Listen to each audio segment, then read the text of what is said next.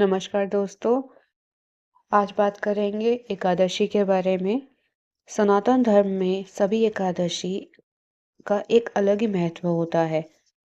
तो बताना चाहूँगी पंचांग के हिसाब से इस महीने जो कि पौष महीना है, कृष्ण पक्ष में एकादशी तिथि जो कि है सफला एकादशी का व्रत रखा जाना है। कब है, कैसे है, इन सब के बारे में चर्चा करेंगे, बात करेंगे। कुछ आपको विशेष जानकारी चाहिए हो तो हमें कमेंट बॉक्स में ज़रूर बताइएगा। तो चलिए आगे बढ़ते हैं।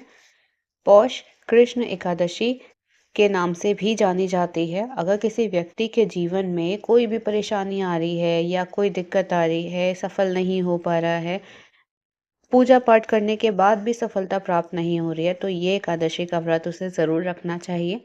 जीवन में आने वाली सारी बाधाएं दूर होती हैं। अब जानते हैं इस एकादशी का व्रत कब रखा जाएगा।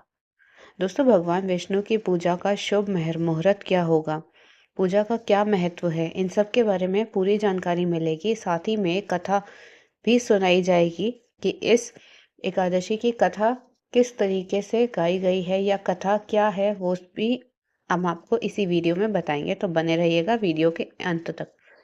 हिंदू पंचांग के अनुसार दोस्तों इस साल पौष महीने माह की कृष्ण पक्ष की एकादशी तिथि 25 दिसंबर को बुधवार को रात को 10:29 से शुरू हो रही है। तिथि का समापन जो संपन्न होगा, खत्म होगा, वो 26 दिसंबर देर रात 12:43 पर होगा। उदया तिथि के अनुसार इस साल की यह अंतिम एकादशी मानी जा रही है, जो कि सफला एकादशी के नाम से गुरुवार के दिन है। सफला एकादशी दोस्तों गुरुवार को भगवान विष्णु की पूजा करने पर सफला एकादशी के दिन भगवान विष्णु जी की पूजा की जाती है। ब्रह्म मुहूर्त में स्नान कर सुबह 5:23 से लेकर सुबह 6:17 तक का इसका मुहूर्त रहेगा। दोस्तों, सफला एकादशी के दिन भगवान विष्णु जी की पूजा अर्चना करके व्यक्ति अपने जीवन में सारी सुख समृद्धि प्राप्त कर सकता है। अगर कोई कार्य क्षेत्र में परेशानी आ रही है तो भगवान विष्णु जी की पूजा करके वह उत्तम परिणाम पा सकता है, भाग्योदय हो सकता है, साथ ही में मनोवांछित फल भी प्राप्त कर सकता है। दोस्तों, आइए चलिए जानते हैं इस सफला एकादशी की व्रत कथा। एक दिन युधिष्ठिर जी ने श्री कृष्ण से पूछा, हे प्रभु, आज आप कृपा करके मुझे बताएं कि पौष मास के कृष्ण पक्ष में जो कि एकादशी आती है, इसका क्या महत्व है और कथा क्या है। श्री कृष्ण ने कहा, हे राजन, आपने बहुत ही सुंदर प्रश्न किया है। मैं आपको इसके बारे में विस्तार में बताता हूँ। पौष मास के कृष्ण पक्ष में आने वाली एकादशी को सफला एकादशी भी कहा जाता है। यज्ञ और दान से अर्जित किए जाने वाला पुण्यफल इस एकादशी से मिलने वाले पुण्यफल के समान है। अब मैं तुम्हें इसकी कथा सुनाऊंगा, तुम ध्यानपूर्वक सुनना। चंपावती नामक एक सुंदर नगरी में महिष्मान नामक पराक्रमी राजा राज किया करते थे, उनके 4 पुत्रों के साथ। राजा के ज्येष्ठ पुत्र का नाम लुम्पक था, जो कि एक अधर्मी व्यक्ति था और हर प्रकार के पाप कर्मों में सम्मिलित रहता था। राजा के विपरीत उनका ज्येष्ठ पुत्र एक दुष्ट, पापी और कपटी व्यक्ति था।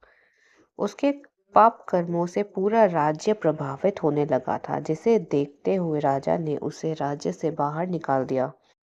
राजा के भय से लुम्पक के किसी भी मित्र और संबंधी ने उसकी सहायता नहीं की और वह राज्य से बाहर एक जंगल में निवास करने लगा।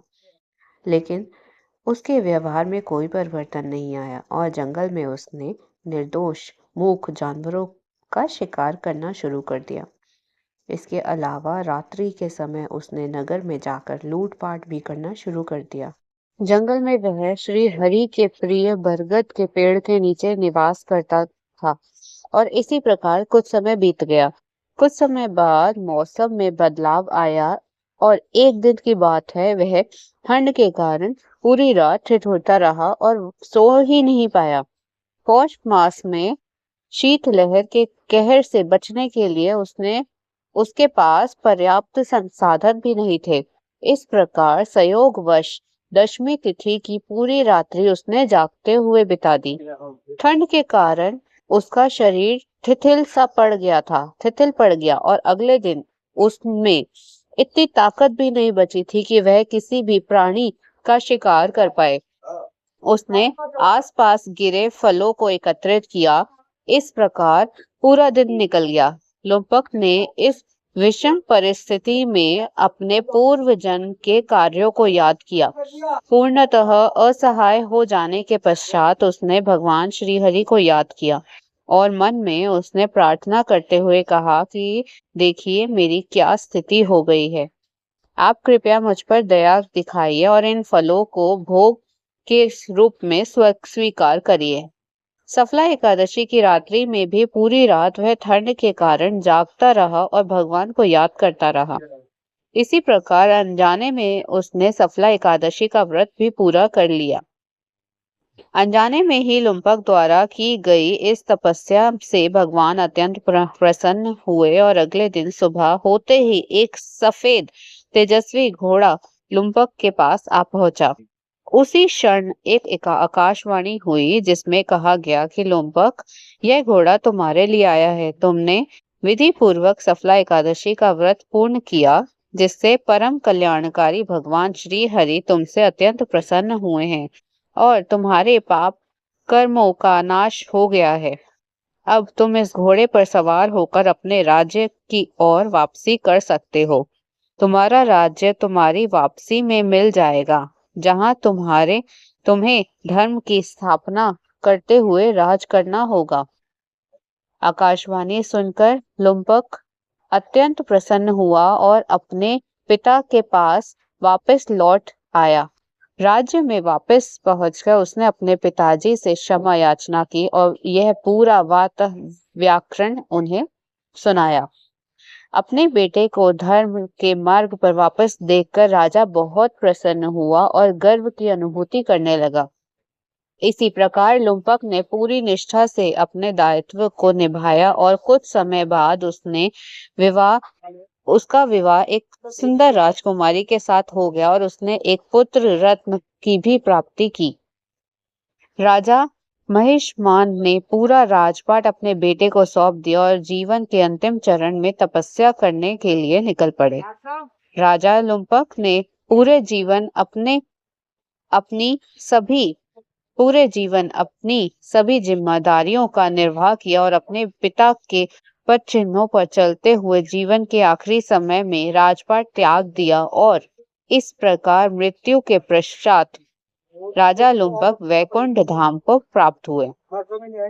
कथा का अंत करते हुए भगवान श्री कृष्ण ने महाराज युधिष्ठिर से कहा कि हे राजन, जो भी व्यक्ति सफला एकादशी कथा का पठन या श्रवण पूरी श्रद्धा से करता है, उसे भी राज सूय यज्ञ का फल प्राप्त होता है। उसके सभी कष्ट पापों का अंत होता है और जीवन के बाद उसे भी मोक्ष की प्राप्ति होती है। इसी तरह मैंने आज आपको जो सुनाया है, ये सफला एकादशी की व्रत कथा है। कमेंट में दोस्तों जरूर मुझे बताइएगा ये कौन कौन इस एकादशी का व्रत रखेगा और किस किस को हरि कृपा प्राप्त करनी है।